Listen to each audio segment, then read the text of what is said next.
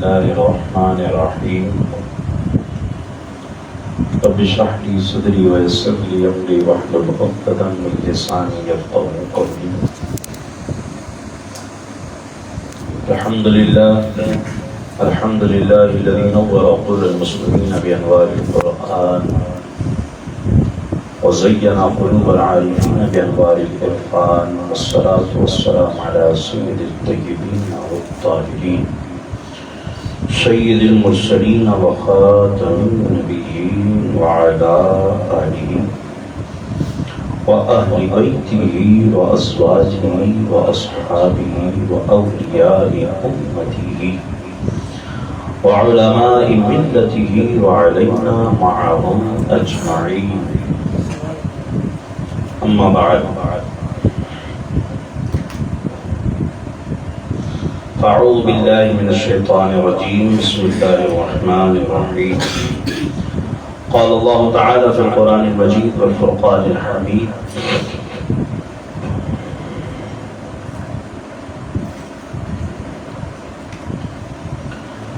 إنا أعطيناك الكوثر فصل لربك وانحر إن شانئك هو الأبتر.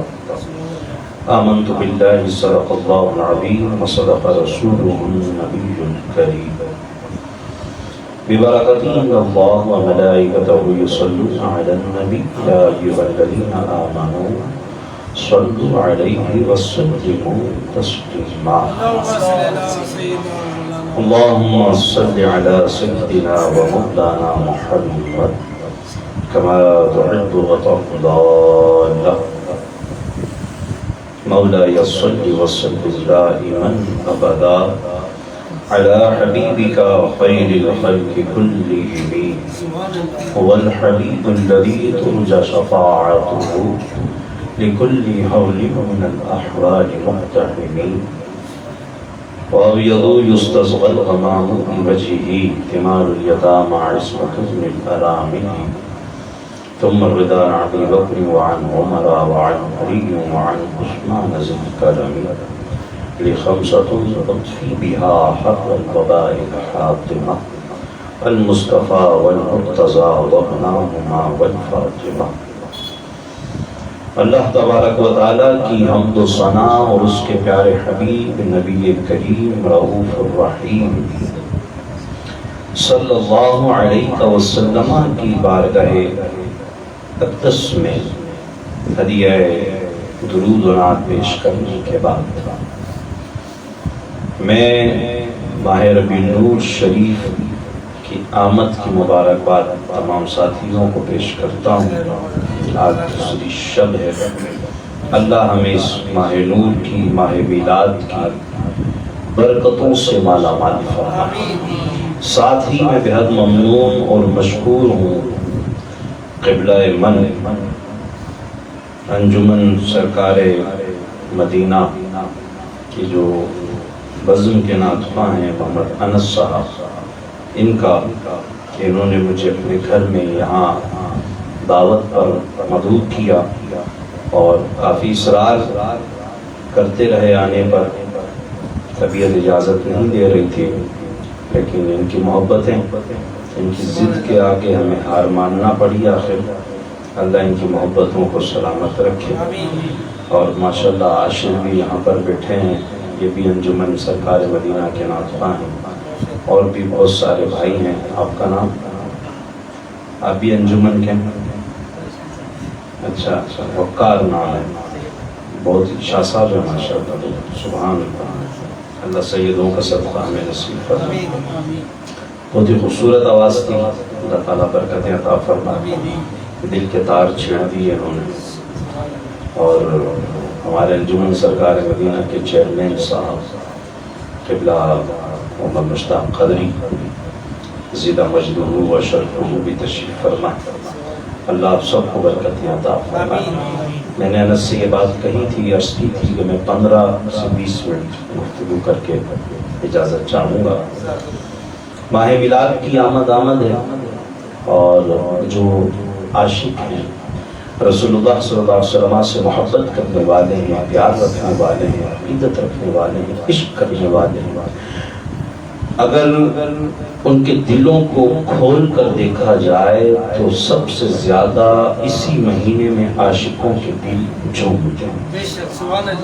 اور عاشقوں سے اگر سوال یہ کیا جائے کہ آپ کو پورے سال میں کون سا دن اور کون سا مہینہ اچھا لگتا ہے، تو وہ کہیں گے کہ جی ہمیں تو ماہ میلاد اچھا لگتا ہے، ماہ نور اچھا لگتا ہے، ربیع الاول جسے ہم کہتے ہیں، میرے آقا کی میلاد کا مہینہ، میرے آقا کی ولادت کا مہینہ ہی سب سے پیارا ہے۔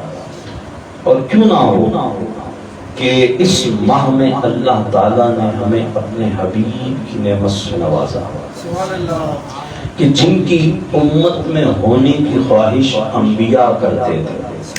کون؟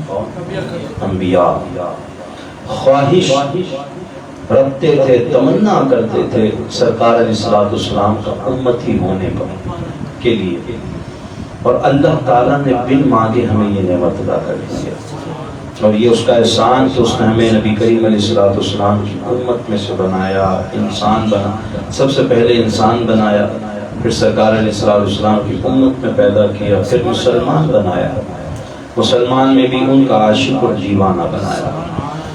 تو محبت کرتا ہے ہر اہل ایمان نبی کریم علیہ السلام، اور کیوں نہ کرے، کیونکہ آپ علیہ السلام کی ہی محبت ایمان کی اصل ہے، نبی کریم علیہ السلام کی ہی محبت ایمان کی بنیاد ہے، نبی کریم علیہ السلام کی ہی عقیدت یہ ایمان کا معیار ہے۔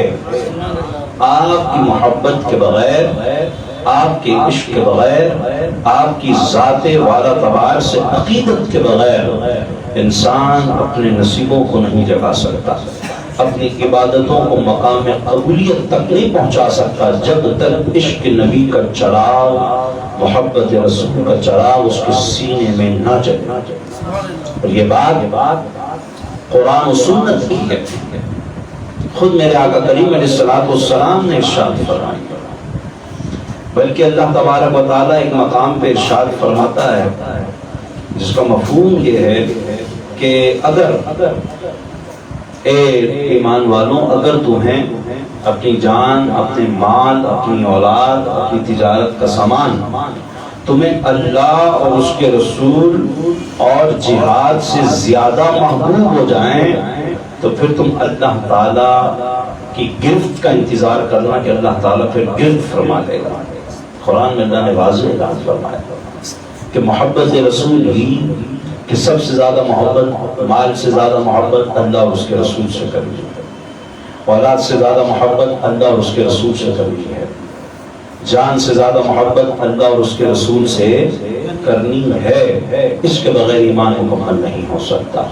جناب ابو ہریرہ رضی اللہ تعالی عنہ کی بہت ہی مشہور حدیث مبارکہ ہے، سنتے رہتے ہیں کہ سرکار علیہ السلام نے فرمایا لا یؤمن احدکم حتی اکون احب الیہ من والدہ وولدہ والناس اجمعین۔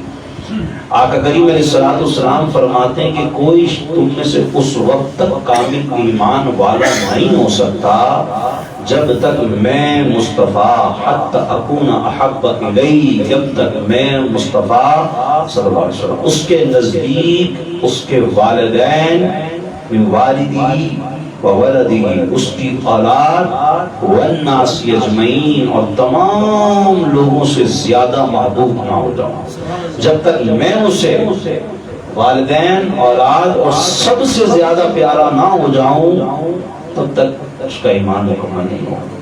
پتہ یہ چلا کہ ایمان کو مکمل کرنے کے لیے، کمال ایمان کے لیے، معیار ایمان کو بائے تکمیل تک پہنچانے کے لیے ذات مصطفیٰ صلی اللہ علیہ وآلہ وسلم سے مال سے بڑھ کر، لوگوں سے بڑھ کر، حتیٰ کہ ماں باپ اور اولاد سے بڑھ کر محبت کی جائے تو جا کر ایمان کامل ہوگا، ورنہ ایمان کامل نہیں ہو سکتا۔ سرکار علیہ السلام کی ذات سے بڑھ کر اگر کسی اور سے محبت ہو جائے معاذ اللہ، تو پھر اس کا ایمان ناقص ہے، اس کا ایمان مکمل نہیں ہے۔ اور آپ اس حدیث مبارکہ کے اگر الفاظوں میں غور کریں سرکار فرما رہے والناس اجمعین، والدین کا بھی ذکر کیا، اولاد کا بھی ذکر کیا، پھر آخر میں فرمایا والناس اجمعین، سب لوگوں سے زیادہ۔ جب والناس اجمعین میرے آقا ارشاد فرما رہے ہیں تو ماں باپ اور اولاد کا ذکر کرنے کی ضرورت بظاہر نہیں نظر آتی، ٹھیک ہے؟ والناس اجمعین جب کہا کہ سب لوگوں سے بڑھ کر مجھ سے محبت کرو، کمال ایمان چاہتے ہو، ایمان کو تقویت اور کمال تک لے جانا چاہتے ہو تو ہر شے سے سب لوگوں سے بڑھ کر مجھ سے پیار اور عشق کرو۔ جب سب لوگ میرے آقا کریم علیہ الصلوۃ والسلام فرما دیں گے، فرماتے ہیں تو اس میں سب لوگوں میں ماں باپ بھی آ گئے، اولاد بھی آ گئی، لیکن الگ سے میرے آقا کریم علیہ الصلوۃ والسلام نے ذکر کیا ولدی اور والدی، والدین اور اولاد الگ سے ذکر فرمائے۔ کیوں؟ کیونکہ دنیا میں یہ دونوں ذاتیں ایسی ہیں، ماں باپ کی اور اولاد کی، جس سے انسان فطرتاً محبت کرتا ہے، جن سے محبت اس کی فطرت میں ہوتی ہے، جن سے محبت اس کی گھٹی میں ہوتی ہے، اس کو سکھائی نہیں جاتی، اس کو بتائی نہیں جاتی۔ باپ کا پیار بازار میں نہیں ملتا ہے، یہ فطرتاً اس کے دل میں ہوتی ہے۔ تو سرکار فرما رہے جس طرح تم اپنے ماں باپ اور اولاد سے فطرتاً محبت کرتے ہو، ان سے بھی بڑھ کر اپنی فطرت اول میری محبت کو بنا لو، اپنی فطرت اول میری محبت کو بنا لو، میرے عشق کی فطرت اول بنا لو۔ اور یہاں پر پھر فطرت بنا دی، فطرت سے ہوتی ہے محبت، فطرت کی وجہ سے ہوتی ہے محبت، والدین سے ہو کے اولاد سے، ٹھیک ہے؟ پھر جب فطرتاً محبت ہوتی ہے تو میرے دوستوں اگر کوئی ماں باپ کی توہین کرے تو بچہ برداشت کرتا ہے؟ ماں باپ کی توہین اگر کوئی کرے تو کیا اولاد برداشت کر سکتی ہے؟ نہیں کر سکتی۔ کیا اولاد مسجد میں جاتی ہے فتویٰ لینے کہ مفتی صاحب میرے باپ کو گالی دی گئی ہے، میں کیا کروں؟ وہ سارا حساب کتاب برابر کر کے پھر آئے گا تو آئے گا، ورنہ وہی اس نے اس کا چٹا پٹا کھول کے رکھ دینا اگر اس کی باپ کی یا ماں کی توہین کی جائے اولاد کے سامنے۔ اسی طرح اگر بچے کو اس کے ماں باپ کے سامنے کوئی مارے تو کیا والدین برداشت کر سکتے ہیں؟ اس کے بچوں کو اگر کوئی جھڑ کے ماں باپ کے سامنے تو کیا والدین برداشت کر سکتے ہیں؟ نہیں۔ یہی جو محبت کے تقاضے ہیں نا ماں باپ سے اور اولاد سے، اس سے بھی بڑھ کر تقاضے نبی کریم علیہ الصلوۃ والسلام کی محبت کے ہیں۔ جب تک یہ فطرت نہیں بنے گی ایمان کامل نہیں ہوگا۔ نبی کریم علیہ الصلوۃ والسلام کی ذات کی بات اگر آئے تو بہت سارے آپ کو دو نمبر مولوی کہتے نظر آئیں گے کہ جی نبی کریم علیہ الصلوۃ والسلام تو بڑے اخلاق والے تھے، بڑی پیار والے تھے، اگر کسی نے سرکار کی توہین معاذ اللہ کی بھی ہے تو آپ کون ہوتے ہیں بدلہ لینے والے؟ نرمی سے بات کریں، اخلاق سے بات کریں۔ تو پھر ہم اسے کہتے ہیں کہ تیرے باپ کو گالی دے تو پھر بھی اخلاق سے بات کرے گا، اگر کوئی تیرے بچے کو تیرے سامنے مارے تو جب بھی تو اخلاق سے بات کرے گا۔ اس وقت تو جذبات ہوتے ہیں انسان، محبت کا تقاضا ہوگا۔ جناب ابوبکر صدیق رضی اللہ تعالیٰ کے والد جناب ابو قحافہ صحابی رسول تھے، ایمان لے آئے، لیکن آپ کے اہل خانہ میں سب سے پہلے ابوبکر صدیق رضی اللہ تعالیٰ عنہ ایمان لائے۔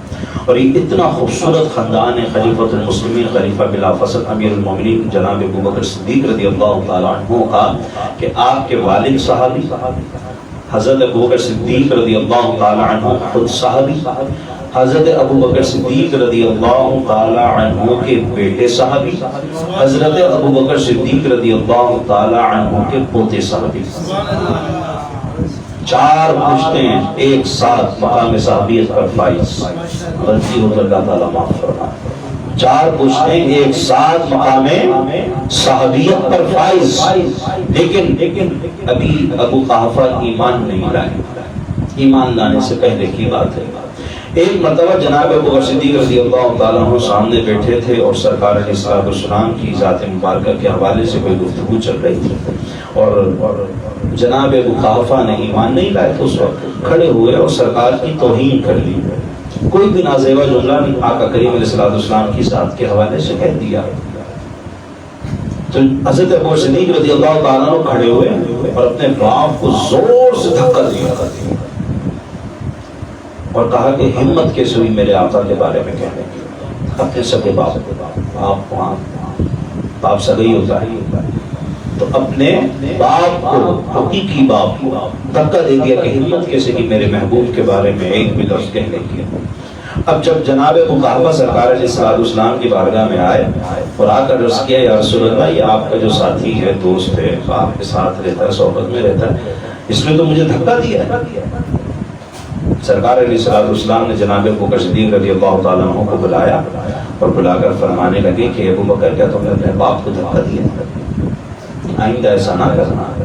سرکار تو اخلاق سکھا رہا ہے, ادب بتا رہا ہے. آپ کریم علیہ السلام فرمایا جناب ابو بکر صدیق رضی اللہ تعالیٰ عنہ سے کہ اے ابو بکر تم نے اپنے باپ کو دھکا دیا ہے, آئندہ مت دینا, ایسا مت کرنا, باپ ہے وہ تمہارا. ابو بکر صدیق رضی اللہ تعالیٰ عنہ نے عرض کیا رسول اللہ میرے باپ نے آپ کی گستاخی کی تھی, آپ کی توہین کی تھی, آپ مجھے دھکے کا منع کروانا. اس وقت میرے پاس تلوار ہوتی تو میں گردن اڑا دیتا. لا يؤمن احدكم حتى اكون احب اليه من والده وولده والناس اجمعين. اس وقت تک مومن نہیں بن سکتے جب تک ماں باپ اور اولاد سے بڑھ کر نہ محبت کرتے ہیں. اب یہ محبت کے تقاضے میں سارے محبت. گھر سجانا یہ محبت کا تقاضا ہے. اپنے بیٹے کی شادی میں گھر سجاتے ہو, نبی کی آمد میں گھر سجانا بدعت نظر آتا ہے. اپنے بیٹے کے عقیقے میں بڑے بڑے پروگرام کراتے ہو, ایونٹ کراتے ہو, آمد مصطفیٰ کے جلسے تمہیں بدعت نظر آتے ہیں. اپنے بیٹے کی پیدائش کے وقت جب تمہیں اللہ اولاد کی نعمت سے نوازتا ہے تو مٹھائیاں بانٹتے ہو, خوشی سے پھولے نہیں سماتے. کیوں جی گھر میں اولاد ہوئی ہے, بیٹا یا بیٹی آئے, خاندانوں میں مٹھائیاں بانٹی جا رہی ہوتی ہیں. جو ملتا ہے کہتا ہے جی اولاد ہوئی ہے ماشاءاللہ مٹھائی تو کھلا دو, خالی پیلی کی صوفی مبارک بات ہے. اپنی اولاد کی آمد کی خوشی ہے, آمنہ کے لال کے آمد کی خوشی نہیں مناتے. یہ بدعت نظر آتی ہے, یہ شرک نظر آتی ہے, یہ اسلام کے خلاف نظر آتی ہے. نہیں, اس سے بھی بڑھ کر اگر تم نے اپنی اولاد کی پیدائش میں مٹھائی بانٹی تھی, اس سے بھی بڑھ کر اس حدیث کو اگر سامنے رکھو تو پھر بات یہ آئی کہ جتنی مٹھائی تم نے اپنے بیٹے کی پیدائش میں بانٹی تھی اس سے 10 گنا زیادہ میرے آقا کی آمد کی خوشی میں بانٹ. بھائی احبہ کا تو یہی مطلب ہوگا کہ اس سے بھی بڑھ کر محبت کرو. جتنا خرچہ تم نے اپنے بیٹے کی شادی میں کیا تھا نا, بیٹا تھا تیرا, تو پھر تقاضا یہ حدیث مبارکہ کا آپ کے سامنے جو بیان کر رہا ہوں کہ جب تو میلاد کا جلسہ کرنا تو جتنا خرچہ تم نے اپنے بیٹے کی شادی پہ کیا تھا اس سے بھی کئی گنا زیادہ خرچہ آقا کی آمد کے جلسے میں کر. احب الیہ, اس سے بھی بڑھ کر احبہ کا تقاضا تو جب ہی پورا ہوگا. یہ تو دور کی بات ہے, لوگ بدعت کہتے ہیں. جو کہتے ہیں کہنے والے کہتے ہیں کہ ان کے نصیبوں کی بات ہے. ہم میلاد مصطفیٰ کرتے ہیں, ہمارے نصیب کی بات ہے. ہم ذکر مصطفیٰ کرتے ہیں, ہمارے نصیب کی بات ہے. ہم عشق رسول میں جھومتے ہیں, ہمارے نصیب کی بات ہے. ہم محبت رسول میں گھر سجاتے ہیں, ہمارے نصیب کی بات ہے. ان کی بد نصیبی جنہیں یہ چیزیں یہ نعمتیں نصیب نہیں ہوتی ہیں. تو میرے دوستوں اس دفعہ یہ جملہ بہت ہٹ جا رہا ہے کہ آپ کو روک کر کوئی پوچھے, سوال کرے کہ میلاد منانا کہاں لکھا ہے, تو کہنا ہمارے نصیبوں میں ہیں. ہمارے اس سے بھی آگے بڑھ کے ایک بات کہتا ہوں, کہتے ہیں کہ جی تم میلاد مناتے ہو سارے مسلمان نہیں مناتے, صرف تم ہی لوگ منا رہے ہو. ہم کہتے ہیں کہ جو میلاد مناتے ہیں وہی مسلمان ہیں. پہلے ایمانی میلاد مناتا ہے, کیونکہ میلاد منانا یہ شرک کو ختم کرنے والی بات ہے. میلاد منانے کا مطلب ہی یہ ہے کہ اللہ کے نبی پیدا ہوئے, اللہ پیدا نہیں ہوا. یہ عقیدہ رکھنا اللہ کی بارگاہ میں کفر ہے, شرک ہے. اللہ کے نبی پیدا ہو گئے, اللہ کے حبیب پیدا ہوئے, آپ کی آمد ہوئی ہے. میلاد, یہ میلاد تو شرک کو ختم کر رہا ہے. شرک کہاں سے ہو جائے گا؟ اب جو کہتا ہے جی یہ معاذ اللہ شرک ہے, ایسے بھی جاہل مولوی آپ کو نظر آئیں گے جی شرک ہے. خیر اب تو بہت سمجھدار ہو گئے کہ دوسرے طریقے سے کھیلتے ہیں. ٹھیک ہے, دوسرے طریقے سے کھیلتے ہیں. اور کس طریقے سے کہ ہمارے جو نادان سنی دوست ہوتے ہیں وہ جلسوں میں پھر وہ میوزک والی نعتیں بھی چلا رہے ہوتے ہیں، لنگر بھی پھینک رہے ہوتے ہیں، وہ غلطیاں ہیں، وہ نہیں ہونی چاہیے. ہاں وہ غلطی ہے، ٹھیک ہے، وہ نہیں ہونی چاہیے، لیکن اس کا یہ مطلب نہیں ہے کہ ناک میں مکھی بیٹھ جائے تو ناک کاٹنا، مسجد میں کتا آ جائے تو مسجد شہید کر دو، نہیں. جو ایسا کرتا ہے جلسے جلوسوں میں اس کو پکڑ کے جلوس سے باہر نکال دو، لیکن جلوس سے میلاد تو ہوگا، اور اس سال تو سب سے بڑھ کر ہوگا، کیونکہ 40 کا جواب دینا ہے. واضح نہیں کرتا لائف بھی، 40 کا جواب دینا ہے بس. سب سے بڑھ کر میلاد مصطفیٰ منانا ہر سال، اور مناتے کیوں نہ منائے، کیوں نہ منائے. یہ میلاد منانا تو یہ ہم نے کہا آپ سے پہلے بھی کہ یہ بات لوگ بچوں کی زبان پہ آ گئی ہے. کوئی کہے کہ میلاد منانا کہاں لکھا ہے تو کہنا ہمارے نصیبوں میں لکھا ہے. اب میں کھل کے ایک بات کرتا ہوں آپ سے، میرے دوستوں ایک بات بتاؤ نا، میں یہ بات کھل کرتا ہوں آپ سے کہ بھائی دیکھو میلاد پتہ ہے کون مناتا ہے، میلاد کون کرتا ہے؟ میلاد کرتے ہیں رسول اللہ کی محبت میں، رسول اللہ کے عشق میں، رسول اللہ کے پیار میں. اللہ تعالیٰ نے جسے بخشنا ہوتا ہے اسے اپنے حبیب کا دیوانہ بناتا ہے. اللہ نے جس کی مغفرت کرنی ہو اسے اپنے حبیب کا عاشق بنا دیتا ہے. تو یہ سب کے نصیب کی بات ہی نہیں، یہ عاشقوں کا کام ہے. تو میرے دوستوں میلاد منائیں، دھوم دھام سے منائیں، محفلیں سجائیں، اور عشق مصطفیٰ صلی اللہ علیہ وسلم کا اظہار کریں. گھر سجانا یہ اظہار عشق مصطفیٰ ہے، جھنڈے لگانا یہ اظہار عشق مصطفیٰ ہے. اور یہ بتا دیتا ہے ربیع الاول کے 12 دنوں میں ایک بلڈنگ میں اگر 100 گھر ہیں، 100 گھر میں اگر 20 گھر سجیں تو یہ بتاتا ہے کہ یہ سنی کا گھر ہے. اعلان ہوتا ہے پھر. ایک معین میں اگر 200 گھر ہیں، مکانات ہیں زمین کے، اور اس میں اگر 50 بھی سجے ہوں تو پتہ چلے گا جی اپنا ہے. سمجھ رہے بات کو آپ؟ تو یہ اظہار محبت بھی ہے، اعلان محبت بھی ہے. اظہار محبت بھی ہے، اعلان محبت بھی ہے. گھر بھی سجائیں، جھنڈے بھی لگائیں، لائٹنگ بھی کریں، جلوس میلاد میں بھی شرکت کریں، لیکن تقاضۂ محبت کو پورا کرنے کے لیے یہ بات بھی ضروری ہے کہ محبوب کی بات مانی جائے. محبوب کی بات کو مانا جائے، یہ تقاضۂ محبت کو پورا کرنے کے لیے ضروری ہے. محبوب کی بات کو ماننے سے مراد یہ ہے کہ پھر رسول اللہ نے جو جو حکم دیا ہے، جو جو کام کرنے کے لیے بولا ہے، ان کاموں کو کیا جائے، اور پھر ہمارے آقا نے جن کاموں کو کرنے سے منع کیا ہے ان کاموں سے بچا جائے. یہ تقاضۂ محبت کو پورا کرنے کے لیے ضروری ہے. رسول اللہ صلی اللہ علیہ وسلم خود نماز پڑھتے تھے، نماز پڑھنے کا حکم دیا، نماز پڑھیں. رسول اللہ صلی اللہ علیہ وسلم قرآن کی تلاوت کرتے تھے، تلاوت کرنے کا فرمایا، قرآن کی تلاوت کریں. رسول اللہ صلی اللہ علیہ وسلم نے مسلمانوں کی غیبت کرنے، چغلیاں کرنے، حسد کرنے، کینہ، بغض، ریاکاری، تکبر، وعدہ خلافی، بدنگاہی، بے حیائی، ہر برے فعل سے منع کیا. اس برے کام، یہ حقیقی عشق ہے. رسول اللہ صلی اللہ علیہ وسلم کے چہرے میں داڑھی مبارک تھی. اب تقاضۂ محبت کو پورا کرنے کے لیے گھر سجایا، لیکن اس کو مزید پورا کرنا چاہتے تو پھر چہرہ بھی رسول اللہ کے چہرے کی طرح بناؤ، جیسے آپ کے چہرے پہ داڑھی شریف تھی ویسی تم بھی رکھو. پھر یہ تقاضۂ محبت تکمیل تک پہنچے گا. اللہ تعالیٰ مجھے بھی عمل کی توفیق دے، آپ کو بھی عمل کی توفیق دے. مجھے بھی سچا عاشق رسول بنائے، آپ کو بھی سچا عاشق رسول بنائے، اور ہم سب کو مل کر دنیا بھر میں عشق مصطفیٰ کے رنگ بکھیرنے کی توفیق عطا فرمائے. بیان میں کوئی بھی بات ایسی اگر آئی ہو اس منہ پہ کہ جو آپ میں سے کسی کی دل آزاری کا سبب بنی، دیکھنے والوں کی کسی دل آزاری کا سبب بنی، میں معذرت خواہ ہوں، معافی کا خواستگار ہوں. اور اگر کوئی بات خلاف شریعت مجھ سے ہو گئی اللہ تعالیٰ معاف فرما دے. اللہ ہم سب کو برکتیں عطا فرمائے، انس بھائی کو، ان کے خانہ کو برکتیں دے، آپ سب کو اس محفل میں آنے کی برکتیں عطا فرمائے. آخر دعوانا الحمدللہ رب العالمین.